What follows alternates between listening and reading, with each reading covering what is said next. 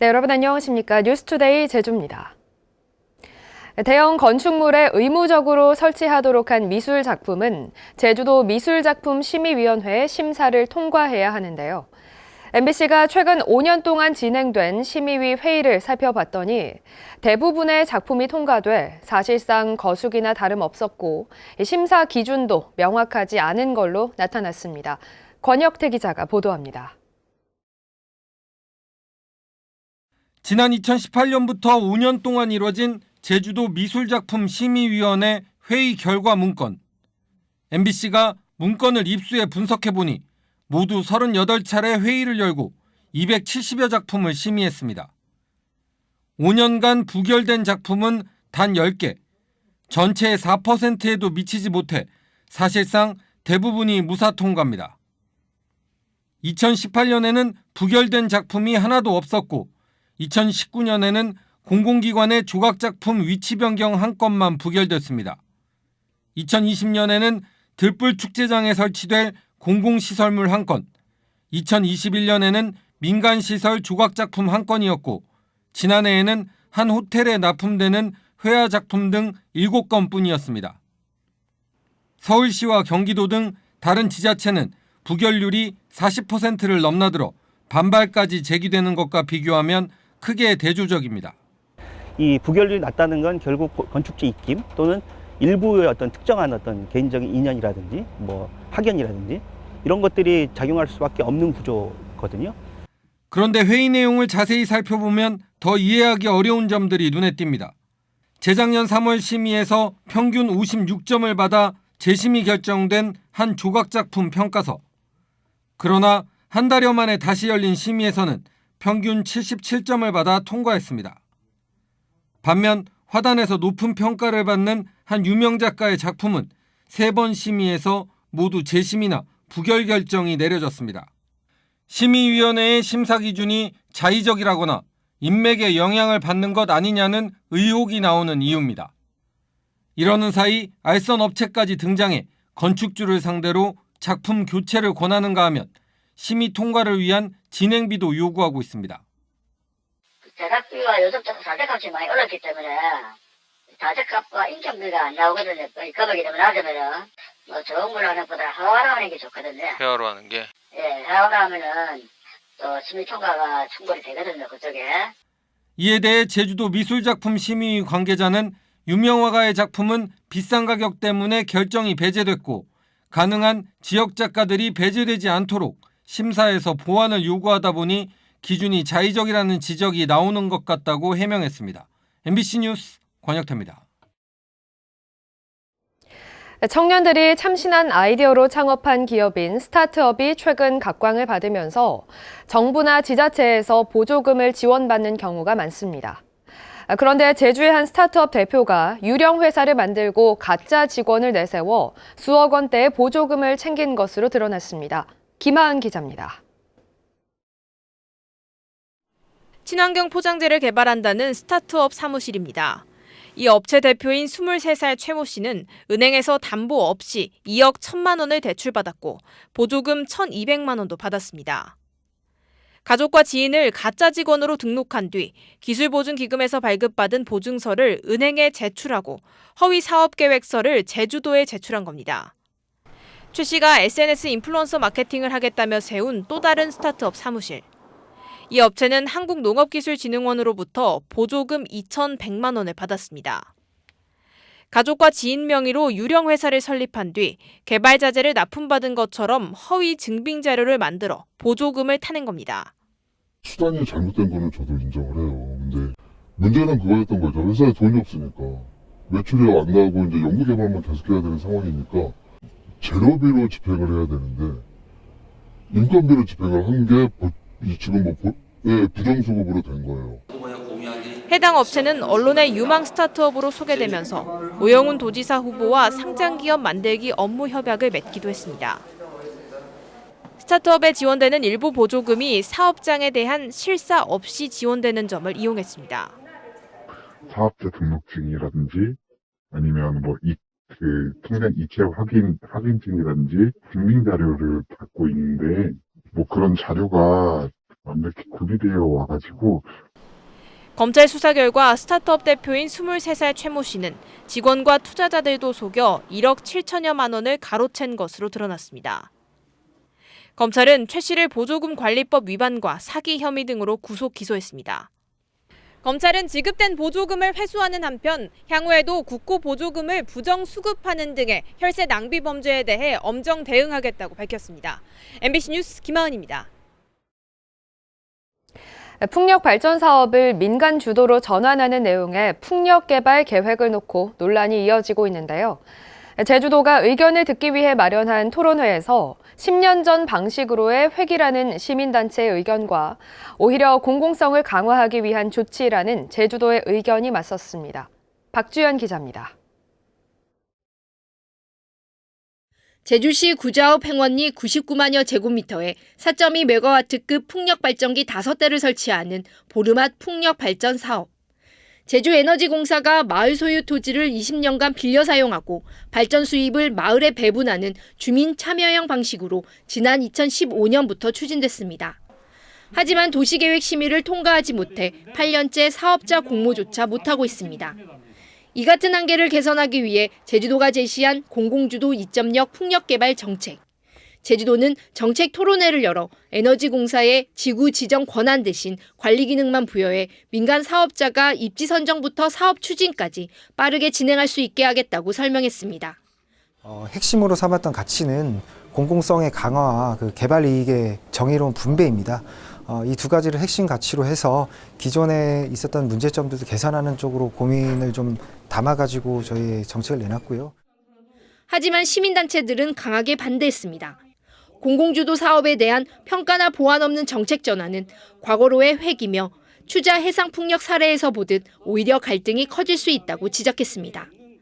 주민들이 집단 반발하게 되면 사업 못합니다. 그걸 무마하기 위해서 지금 사업자들이 할 수 있는 방법들은 결과적으로 뭐겠습니까? 추자 해상풍력이 지금 뭐 때문에 문제가 되는 겁니까?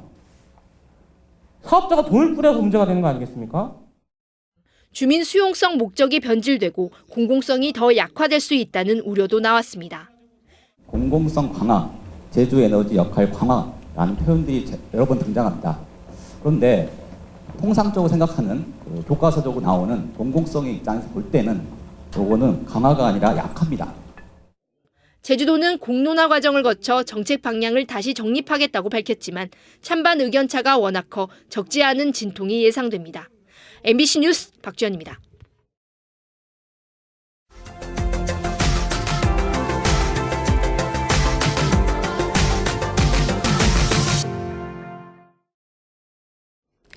최근 들어 울산에서 주택 화재가 잇따라 발생하고 있는데 인명피해가 노년층에 집중되고 있습니다. 노년층은 상대적으로 화재를 인지하고 대피하는 능력이 떨어지기 때문에 더 각별한 주의가 필요합니다. 울산 MBC 정인곤 기자가 보도합니다. 울산 북구의 한 아파트, 창문으로 검은 연기가 쉴 새 없이 빠져나옵니다. 소방관들이 불이 난 아파트 내부로 진입합니다. 이 불로 일가족 3명이 전신에 화상을 입고 화상 전문 병원으로 이송됐지만 80대 여성과 20대 남성이 치료 끝에 숨졌습니다. 할머니가 피덩어리부터 키웠다는데 둘이 다 키워놨는데 아기 때부터 키웠는데 쬐까맣을 때부터 키웠는데 어쩌노. 울산 남구의 주택 1층. 문을 열자 불에 탄 각종 잡동사니들이 그대로 남아 있습니다. 이곳에는 거동이 불편한 80대 남성이 살고 있었는데 화상을 입고 병원으로 옮겨져 치료를 받고 있습니다. 화재 당시 인근 주민들이 소화기를 가져와 초기 진화에 나서 다행히 불이 크게 번지지는 않았습니다. 추운 쪽방을 데워주던 열풍기가 화재의 원인으로 보입니다. 저 과학부서로 아까 저기 보고 그거 가져가던데 선풍기 같은 거 있는 게 그거 가져갔어. 야 그거 가열되지 싶다 그러는데. 울산 울주군의 한 단독주택에서도 불이 나 80대 남성이 숨지는 등 불로 인한 노년층 인명피해가 이어졌습니다. 겨울철은 난방기구 사용 등으로 집안에서 발생하는 화재가 늘어나는데 그러다 보니 1년 중 12월과 1월에 나는 화재로 인명피해가 가장 많이 발생합니다. 소방당국은 특히 노년층은 화재 인지와 대피가 상대적으로 어렵다며 주택용 화재 경보기를 설치해달라고 당부했습니다. MBC 뉴스 정인곤입니다. 2023 순천만 국제정원박람회가 정원에 삽니다라는 주제로 오는 4월 1일부터 7개월간의 대장정을 시작합니다. 순천시는 10년 만에 다시 열리는 정원박람회가 올해 유일한 전국 규모의 이벤트라는 점을 10분 활용하고 완전히 달라진 정원의 모습과 함께 지방도시의 미래 청사진을 제시한다는 구상입니다. 여수 MBC 최우식 기자가 보도합니다. 대한민국 제1호 국가정원에서 10년 만에 다시 열리는 2023 순천만 국제정원박람회는 4월부터 10월까지 열립니다. 홍수 예방 시설인 저류지를 정원으로 만들고 배를 타고 국가정원에 들어가 정원에서 하룻밤을 보낼 수 있는 가든스테이와 맨발로 지구를 느끼며 걷는 어싱길까지 10년 전과는 완전히 달라진 낭만과 힐링의 공간, 미래 정원의 모습을 만날 수 있습니다.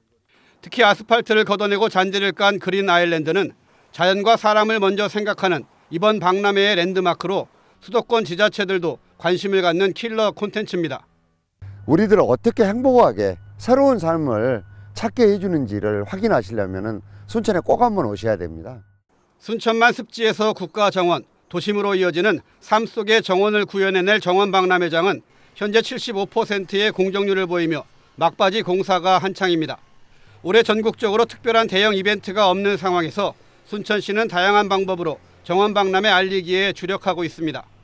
올해 처음 도입된 고향사랑 기부제와 연계해 박람회 입장권을 기부 답례품으로 선정한 것도 순천시의 돋보이는 아이디어입니다. 박람회 자체 수익의 대부분을 차지하는 입장권 판매는 이미 사전 판매가 상당히 이뤄졌습니다. 지역 대학과 금융기관, 언론사, 사회단체 등 각계각층의 사전 구매가 이어지면서 213억 원의 입장권 수익 목표는 이미 36억 원을 넘겼습니다. 2013년에 비해서는 한 3배 정도 빨리 진행되고 있어서 순조롭게 진행이 되고 있습니다. 순천만 국제정원박람회는 정원에 삽니다라는 거창하지 않은 주제로 도시와 공간, 생태와 공존의 스토리가 있는 국가정원을 선보일 전망입니다. MBC 뉴스 최우식입니다. 제주지방은 오늘 낮 기온이 크게 오르면서 포근한 날씨가 이어지겠습니다. 오늘 낮 최고 기온은 16도에서 19도로 평년보다 8도가량 높겠습니다. 오늘 오후부터 내일까지 산지에는 최고 200mm, 나머지 지역은 30에서 80mm의 비가 내리겠습니다. 기상청은 오늘 밤부터 내일까지 순간 최대 풍속, 시속 70km의 강한 바람이 불겠고 바다의 물결은 최고 4m로 높게 일겠다고 예보했습니다.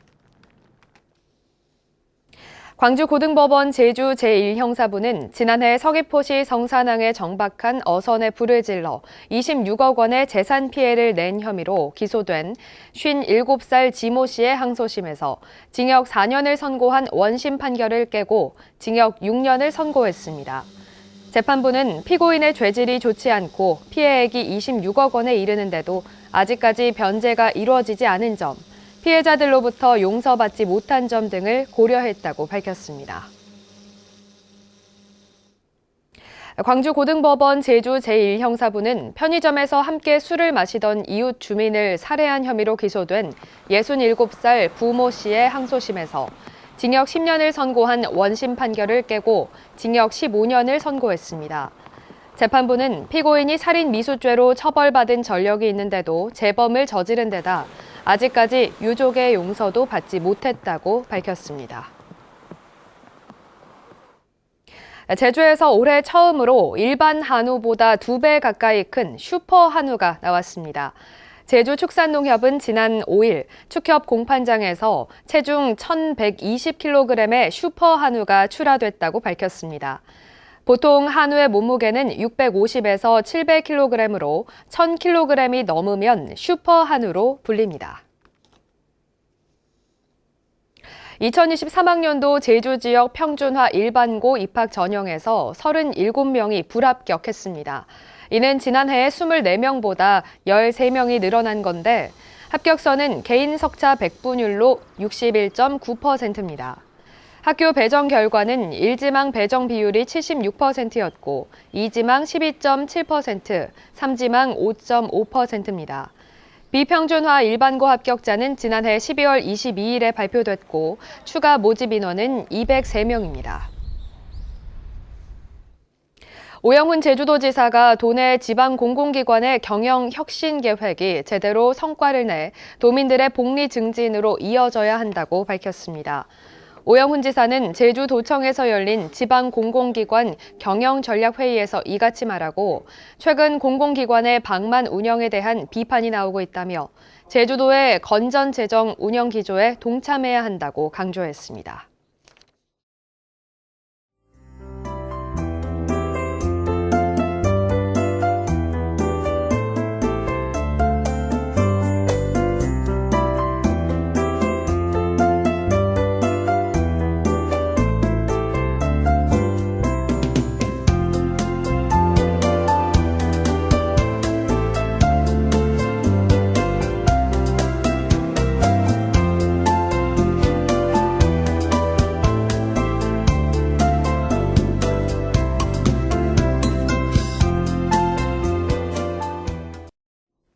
네, 목요일 아침 뉴스투데이 제주를 마칩니다. 시청해주신 여러분 고맙습니다.